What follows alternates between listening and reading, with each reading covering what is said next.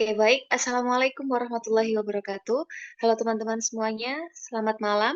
Hari ini kita bertemu lagi di podcast Prinsip Pengajaran dan Asesmen, dan topik kita pada malam hari ini adalah pembelajaran TARL, Teaching at the Right Level, atau yang biasa kita kenal juga dengan istilah pembelajaran berdiferensiasi.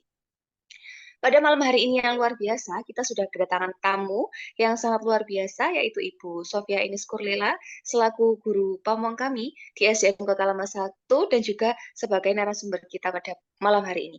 Kepada Ibu Sofia Inis Kurlila, mungkin bisa memperkenalkan dirinya terlebih dahulu. Oke, terima kasih. Assalamualaikum warahmatullahi wabarakatuh. Waalaikumsalam warahmatullahi Waalaikumsalam wabarakatuh. warahmatullahi wabarakatuh. Oke, luar biasa di acara pada malam hari ini semangat jenengan yang luar biasa menjadi pelecut bagi saya untuk terus-terus belajar dan belajar. Nah, di sini kita belajar, kita sharing-sharing apa yang telah kita lakukan Bukan di di sekolah. sekolah. Eh, Oke, sebelumnya perkenalkan nama saya Sofia Inis Kurlila. Saya adalah guru di SDN Kota Lama 1, dan alhamdulillah pada tahun ini saya diberi amanah untuk menjadi guru pamong PPG baik Daljab maupun Prajab di LPTK UNMU, Universitas Muhammadiyah Malang. Selain itu, saya diberi amanah di sekolah sebagai koordinator kurikulum, koordinator perpus, juga koordinator lingkungan bersama tim, seperti itu. Oke, baik. Terima kasih atas waktunya hari ini, Bu Sofi. Terima kasih sekali sudah bisa meluangkan waktu untuk kita melakukan prosesi sharing-sharing hari ini terkait tentang program pembelajaran TARL. Baik, Bu Sofi, hari ini mungkin kita akan bertanya-tanya sedikit mengenai pembelajaran berdiferensiasi, karena kami tahu bahwa SDN Kota Lama 1 ini merupakan sekolah yang sudah maju, sudah ada guru penggeraknya, sehingga program-program terbaru di dunia pendidikan ini sudah diterapkan di SDN Kota Lama 1. Baik, di sini ada beberapa pertanyaan, mungkin kita bisa sharing-sharing ya, Bu Sofi. Untuk pertanyaan yang pertama ini mungkin teman-teman ingin tahu, kira-kira menurut pemahaman Bu Sofi ini, apakah yang dimaksud dengan pembelajaran berdiferensiasi ini, dan mengapa pembelajaran berdiferensiasi ini penting diberikan di dalam konteks pendidikan di sekolah dasar?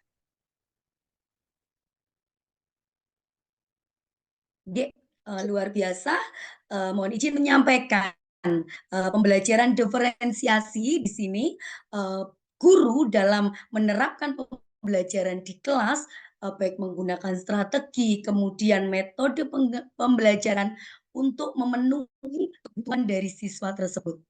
Kebutuhan siswa itu seperti apa? Pada gaya belajar mereka, minat, kemudian pemahaman terhadap mata pelajaran, dan pengetahuan sebelumnya, seperti itu. Mengapa itu penting?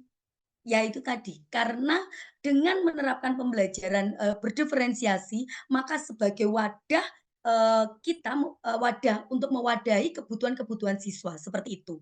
Dan penerapan pembelajaran diferensiasi juga itu membuat pembelajaran yang interaktif, kemudian berpusat pada siswa, kemudian menyenangkan, dan intinya pertumbuhan yang sama bagi setiap siswa karena terwadahi semuanya, seperti itu. Oke, baik. Terima kasih, Bu Sofi. Karena sekarang mungkin sudah ada asesmen diagnostik, sehingga kita bisa dengan mudah untuk mengetahui perbedaan karakteristik gaya belajar peserta didik, dan juga kita bisa menentukan asesmen yang tepat dan juga instrumen yang tepat yang digunakan untuk dalam proses pembelajaran berdiferensiasi. Mungkin seperti itu, nggih, Bu Sofi. Baik, mungkin ada pertanyaan dari teman-teman yang lain, boleh disampaikan kepada Ibu narasumber kita hari ini. Baik, terima kasih atas kesempatannya untuk bertanya, Bu Caca. Bu Sofi, mohon izin bertanya. Mungkin saya akan bertanya kepada Bu Sofi sebagai guru. Kira-kira bagaimana Ibu Sofi menerapkan prinsip pembelajaran berdiferensiasi ini dalam perencanaan dan juga pelaksanaan pembelajaran pada saat di kelas? Terima kasih. Luar biasa Bu Amalia pertanyaannya, bagaimana cara kita menerapkan pembelajaran prinsip diferensiasi? Yang pertama, penerapan ini kan harus bisa mengakomodir kebutuhan belajar siswa, baik gaya belajar yang seperti itu Caca tadi, minat, kemudian pemahaman konsep terhadap mata pelajaran yang akan dipelajari, bahkan pengetahuan yang sudah dia miliki sebelumnya. Yang pertama dari benar yang dikatakan Bu Caca tadi dengan mengadakan asesmen diagnostik itu wajib ain. Apalagi siswa yang baru naik ke kelas gitu ya. Kita harus tahu gaya belajarnya anak itu yang kita pegang seperti apa, minatnya yang kita pegang seperti apa dengan cara pemberian asesmen diagnostik kognitif dan non kognitif. Kalau non kognitif bisa mengetahui gaya belajar anak, kemudian minatnya. Kalau kognitif kita akan mempelajari suatu mapel atau suatu CP, kemudian tujuan pembelajaran. Nah, itu kita memberikan di asesmen diagnostik yang kognitif seperti itu. Memberikan pengetahuan anak yang sudah dipelajari, yang akan dipelajari, bahkan yang belum tahu seperti itu. Itu pada tahap perannya. Bagaimana pada tahap pelaksanaannya lah? Dari tahap pelaksanaannya kita memilih pada proses atau pada konten atau bahkan pada lingkungan belajar. Nah, seperti bagaimana seandainya kalau pembelajaran berbasis konten, kita menyiapkan konten-konten bagi kebutuhan siswa. Seandainya kebutuhan dia itu visual. Berarti kita menyiapkan sebuah materi yang bisa diterima oleh anak yang kebutuhan gaya belajarnya visual. Bagaimana dengan kinestetik? Berarti kita menyiapkan sebuah pembelajaran tersebut yang bersifat kinestetik, peran dirinya untuk mempraktekkan suatu pembelajaran seperti itu. Jika dalam prosesnya bagaimana? Nah, dalam prosesnya juga kita harus memperhatikan baik visual, audio, kemudian yang kinestetik itu harus terwadai semua. Jika visual kita bisa menampilkan gambar melalui PPT, melalui Canva, baik diberi gerak animasi atau sebagainya. Kemudian yang audio bagaimana? Nah, kita dengan gaya belajar ceramah kita, ceramah itu tetap dibutuhkan, gitu ya. Kemudian menayangkan sebuah lagu, membuat lagu, kemudian video lah semacam itu. Dan kinestetik lah ini yang menarik. Ini anak diajak untuk dia berperan aktif di dalam kegiatan pembelajaran tersebut, seperti itu. Dan pembelajaran berbasis produk seperti apa? Untuk mengetahui kemampuan siswa, maka anak disuruh melaporkan, membuat laporan, membuat mapping, kemudian membuat seperti buklet, kemudian membuat peta konsep lah semacam itu. Sebuah produk yang dihasilkan, baik berupa hasta karya boleh atau karya-karya siswa yang dimiliki. Kemudian selain itu juga harus memperhatikan lingkungan belajarnya. Lingkungan belajar di kelas, kemudian lingkungan belajar, kondisi belajarnya bagaimana, tempat duduknya, aman, lighting-nya, kemudian pencahayaannya, semacam itu. Itu untuk penerapan pembelajaran yang sudah dilakukan selama ini di kelas saya, seperti itu. Baik, terima kasih atas jawabannya, Sofi. Jadi berdasarkan jawaban Bu Sofi tadi dari hasil dari asesmen diagnostik itu tadi kita bisa membuat perencanaan dan juga memberikan pelaksanaan yang efektif untuk siswa sesuai dengan kemampuan siswa seperti itu, ya, Bu Sofi. Terima kasih, Bu Sofi. Iya, benar, Mbak. Oke, baik, mungkin akan saya lanjutkan Bu Sofi, karena tadi kita sudah berbicara tentang proses perencanaan dan pelaksanaan yang sangat luar biasa yang sudah diterapkan di ASN Kota Lama 1. Di sini mungkin saya akan bertanya tentang tantangan yang dialami oleh Bu Sofi selama penerapan pembelajaran berdiferensiasi di sekolah ini. Tantangan terbesar gitu Bu Sofi. Dan bagaimana cara Bu Sofi mengatasi tantangan tersebut?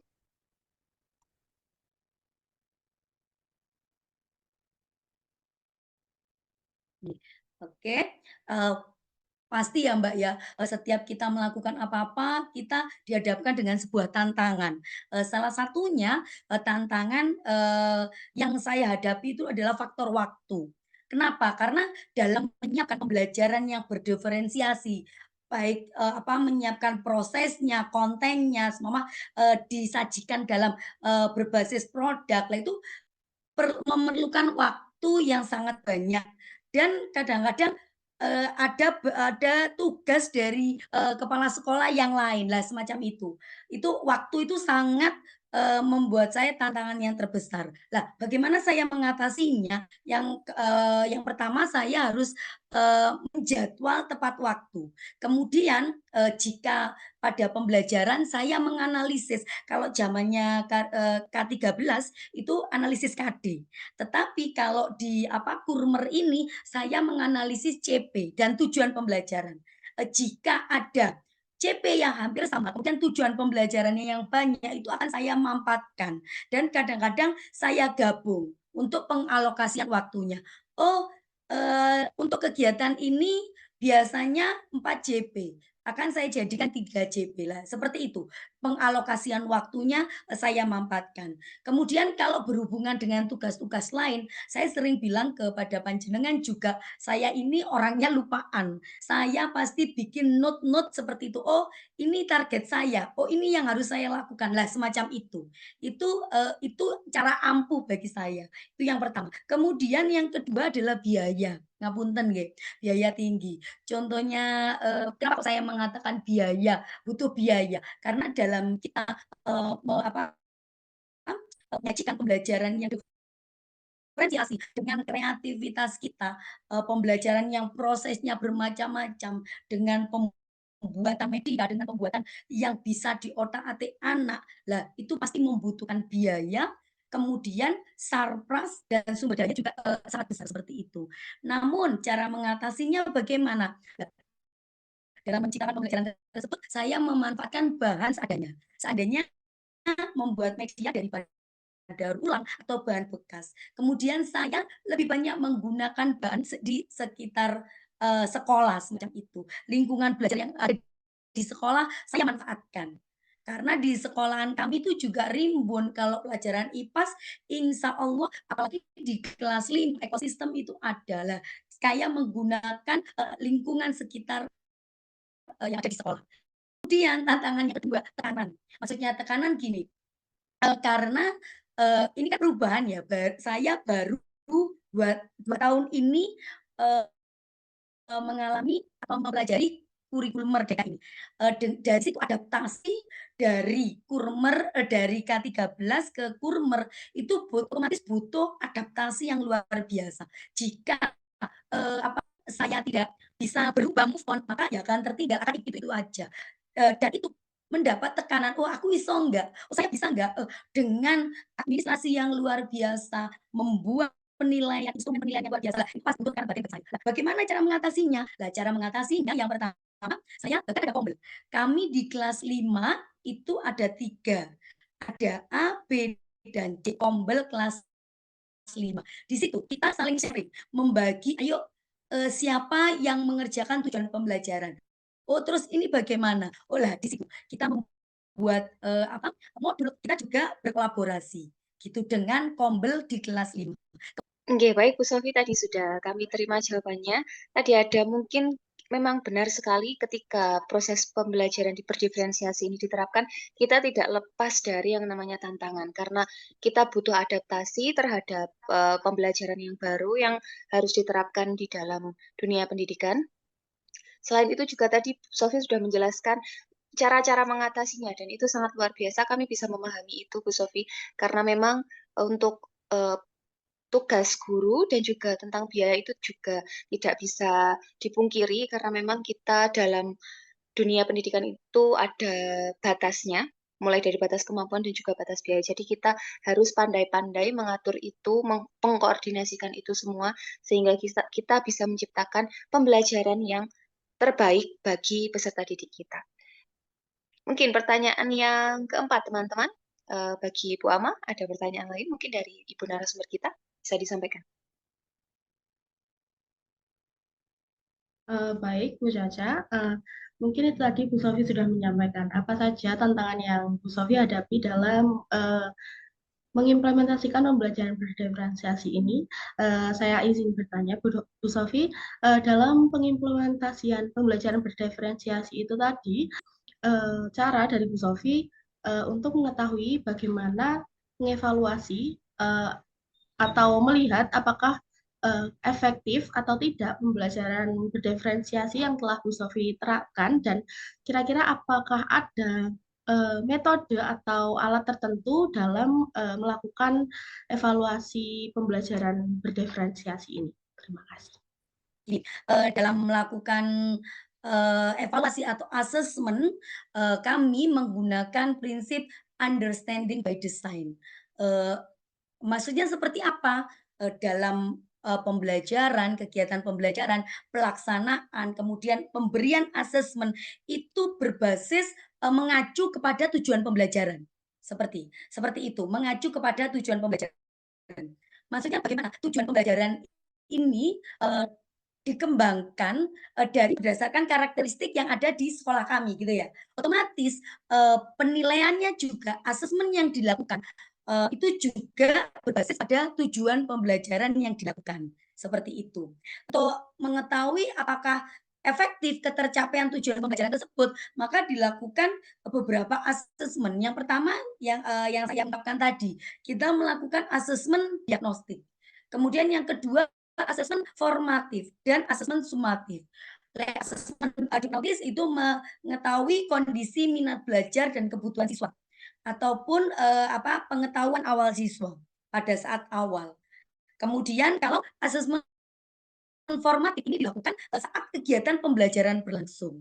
Nah, kegiatan pembelajaran berlangsung itu kita menyajikan prosesnya bagaimana, kemudian apakah menghasilkan sebuah produk. Lah itu kan bermacam-macam seperti itu. Lah sama, semacam itu. Teknik-tekniknya, teknik yang dilakukan, instrumennya otomatis disesuaikan dengan tujuan pembelajaran yang akan kita capai. Enggak serta-merta kita langsung semuanya dipukul rata, menggunakan instrumen penilaiannya seperti apa, langsung skor 1, 2, 0 lah, semacam tidak. Tetapi dilihat tujuan pembelajarannya apa, instrumen soal yang diberikan seperti apa, dan nanti instrumen penilaiannya seperti apa. Biar instrumen tadi, asesmen tadi reliable dan dapat dipakai, terukur oleh anak-anak seperti itu. Kemudian selanjutnya menggunakan asesmen sumatif. Asesmen sumatif ini penilaian yang dilakukan di akhir CP atau di akhir semester. Bisa kita jadikan penilaian tengah semester dan penilaian akhir semester seperti itu. Kemudian nanti kalau dalam proses, kita kembali ke proses lagi ya, dalam penilaian formatif ini. Seandainya siswa dapat membuat lagu ini untuk memfasilitasi anak yang auditory membuat lagu. Dari situ, dari membuat lagu, apakah sama nanti format penilaiannya dengan siswa yang mengerjakan soal berupa tanya jawab lisan atau bahkan mengerjakan uraian, apakah sama? Tentunya tidak sama. Jadi dalam penentuan asesmen dalam pembelajaran diferensiasi tadi mengacu kepada tujuan pembelajaran. Tujuan pembelajaran apa yang akan dicapai, kemudian kita membuat instrumennya bagaimana, instrumen soalnya, dan kita membuat instrumen penilaiannya harus sejalan, harus ada benang merahnya. Seperti itu. Baik, luar biasa tadi jawaban dari Ibu Sofi terhadap pertanyaan dari Bu Ama, bahwa benar sekali kita juga mempelajari prinsip understanding by design di mata kuliah pembelajaran, prinsip pengajaran dan asesmen 2 ini. Kemudian untuk tujuan pembelajaran juga memang harus disesuaikan dengan asesmen, karena di sini topik kita juga pembelajaran berdiferensiasi, sehingga tujuan pembelajaran pun harus disesuaikan dengan kemampuan, gaya belajar maupun karakteristik peserta didik, sehingga asesmen yang digunakan juga harus disesuaikan sesuai dengan tujuan pembelajaran yang telah ditentukan. Baik Bu Sofi, ini adalah pertanyaan terakhir, last but not least pada malam hari ini, yaitu tentang Bu Sofi. Hari ini kan sudah berbicara banyak tentang pembelajaran berdiferensiasi, penerapan pembelajaran berdiferensiasi ini. Tadi sudah dijelaskan bahwa karakteristik peserta didik ini berbeda-beda, sehingga evaluasi yang diberikan pun berbeda-beda. Bagaimana cara Ibu Sofi memastikan bahwa setiap peserta didik bisa mendapatkan kesempatan yang adil untuk mencapai tujuan belajar mereka melalui pembelajaran berdiferensiasi? Oke, luar biasa pertanyaannya. Memastikan bahwa keadilan bagi siswa gitu ya maksudnya, Nggih. Yang pertama yang saya lakukan itu siswa senang dalam pembelajaran yang saya lakukan atau saya terapkan, itu siswa senang dari awal sampai akhir. Sehingga apa kok bisa dikatakan seperti itu? Dengan adanya siswa senang mengikuti pembelajaran, berarti kebutuhan siswa itu terpenuhi, sehingga anak dengan mudah untuk memperoleh pembelajaran yang saya terapkan. Kemudian yang kedua, yaitu dengan adanya kebutuhan siswa yang diakomodir oleh guru, ini siswa antusias. Tadi yang pertama senang, yang kedua antusias dalam belajar, dan meningkatnya minat dan bakat dari siswa tersebut. Kemudian yang ketiga, bisa dilihat saat keadilan itu di mana KKTP atau ketercapaian tujuan pembelajaran dari anak-anak tersebut, KKTP-nya di atas KKTP, penilaiannya di atas kriteria ketuntasan pembelajaran, seperti itu. Itu berarti ketercapaian tujuan pembelajaran ini benar-benar tercapai dalam suatu pembelajaran tersebut. Dan yang ketiga, jika kita menerapkan pembelajaran yang diferensiasi, maka apalagi berbasis produk, anak-anak ini diajak untuk menghasilkan sebuah produk, berkarya, dapat berpikir kritis, nah semacam itu, untuk menghasilkan sebuah produk di kelas itu. Dan di kelas itu kaya akan produk, karena kegiatan pembelajaran berbasis produk itu tadi. Tapi kadang-kadang saya tidak menutup mata ya, dengan adanya bervariasi asesmen yang diberikan, kadang-kadang ke siswa ini juga tidak semuanya di antara 26 anak.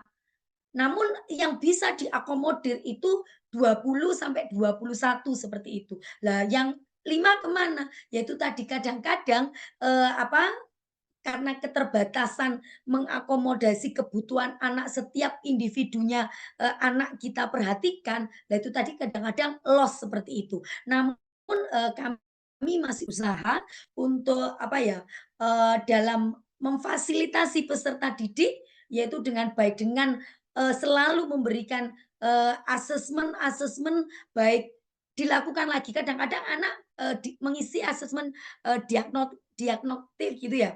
Itu kadang-kadang anak-anak itu nyontoh koncone atau HNI opo lah semacam itu. Nanti suatu saat di 2 bulan, kemudian 3 bulan lagi itu diperbarui lagi. Lah semacam itu. Oh, apakah sama? Oh, yang dulunya dia minatnya seperti ini, gaya belajarnya seperti ini, terkadang nanti dengan bertambahnya dia cara berpikir, kemudian berpikir kritis, berpikir kreatifnya, kadang-kadang itu memberi jawaban yang beragam juga lah semacam itu. Itu kelemahan kami jika mengakomodasi seluruhnya. Belum 100% yang saya lakukan itu masih sekitar 90-an. Yang 10% ini masih tahap belajar. Bagaimana mengakomodasi agar anak-anak ini bisa terwadahi semua seperti itu. Bagaimana cara mengetahuinya, yaitu tadi ketercapaian tujuan pembelajaran, paling tidak anak-anak itu nilainya di atas kurang lebih ketercapaiannya di atas KKTB semacam itu. Dan anak-anak merasa senang di sekolah, minat belajar, antusiasnya terhadap pembelajaran. Kemudian yaitu tadi, karena di kelas saya itu banyak yang aktif dan banyak audiovisual lah, anak-anak ini sering saya ajak dalam 2 minggu ini kita berinteraksi dengan anak-anak membuat sebuah produk. Lah semacam itu. Nanti alhasil akan kelas saya ini kaya akan sebuah produk. Itu. Oke, baik. Terima kasih atas jawaban yang luar biasa, Bu Sofi. Memang benar, emosi yang ada dalam diri peserta didik itu sangat mempengaruhi suksesnya proses pembelajaran yang dilakukan. Saya juga sependapat dengan Bu Sofi. Baik, teman-teman, hari ini sudah ada 5 pertanyaan yang sangat luar biasa dari kita dan juga jawaban yang luar biasa dari Ibu narasumber kita. Baik, mungkin dari pertanyaan-pertanyaan tadi bisa disimpulkan dalam podcast kali ini kita sudah belajar tentang proses penerapan pembelajaran berdiferensiasi di sekolah. Juga ada banyak hal, yaitu proses pembelajaran berdiferensiasi ini tidak bisa semerta-merta diberikan begitu saja, melainkan harus ada perencanaan terlebih dahulu secara matang, harus dipertimbangkan satu dan lain hal sehingga bisa tercipta pelaksanaan pembelajaran yang terbaik bagi peserta didik kita. Baik, Bu Sofi, terima kasih atas jawabannya. Mungkin sebelum kita menutup podcast hari ini, ada pesan-pesan kah untuk kami para calon pendidik dan juga bagi-bagi teman yang mungkin menonton nanti di sana? Boleh disampaikan, Bu Sofi? Terima kasih. Gini, seperti yang disampaikan oleh Bapak Pendidikan kita ya, Ki Hajar Dewantoro, pendidik merupakan proses untuk memanusiakan manusia. Yang berarti proses mengajar harus memerdekakan manusia dan segala aspek kehidupannya, baik secara fisik, jasmani, dan maupun rohani. Nah, disitulah peran kita untuk memanusiakan manusia pada tahap di era pada zamannya anak-anak. Seperti itu. Oke, baik, luar biasa sekali. Terima kasih Bu Sofi atas petuahnya. Mungkin kami juga akan belajar terus-menerus dan juga melalui kegiatan PPL di SDN Kota Lama ini kami sudah mendapatkan banyak sekali ilmu dari Bapak Ibu guru yang ada di sana dan juga Bu Sofi yang ada di sana. Baik teman-teman, kita sudah berada di ujung acara podcast hari ini. Sudah banyak sekali ilmu yang kita dapatkan dari Ibu narasumber kita. Sekali lagi kami ucapkan terima kasih banyak atas kehadirannya Bu Sofi karena sudah menyempatkan waktunya, meluangkan waktunya hari ini. Mungkin teman-teman di luar sana juga bisa bertanya-tanya mungkin tentang Bu Sofi, tentang apa pembelajaran berdiferensiasi. Mungkin nanti kami bisa wakilkan untuk bertanya ke Bu Sofi. Baik, seperti itu. Mungkin itu saja Bu Sofi podcast hari ini. Terima kasih teman-teman atas perhatiannya. Sampai jumpa lagi di podcast Prinsip Pengajaran dan Asesmen lagi. Jangan lupa like, komen, dan subscribe. Oke, terima kasih. Kami akhiri. Wassalamualaikum warahmatullahi wabarakatuh. Waalaikumsalam warahmatullahi Assalamualaikum warahmatullahi wabarakatuh. wabarakatuh.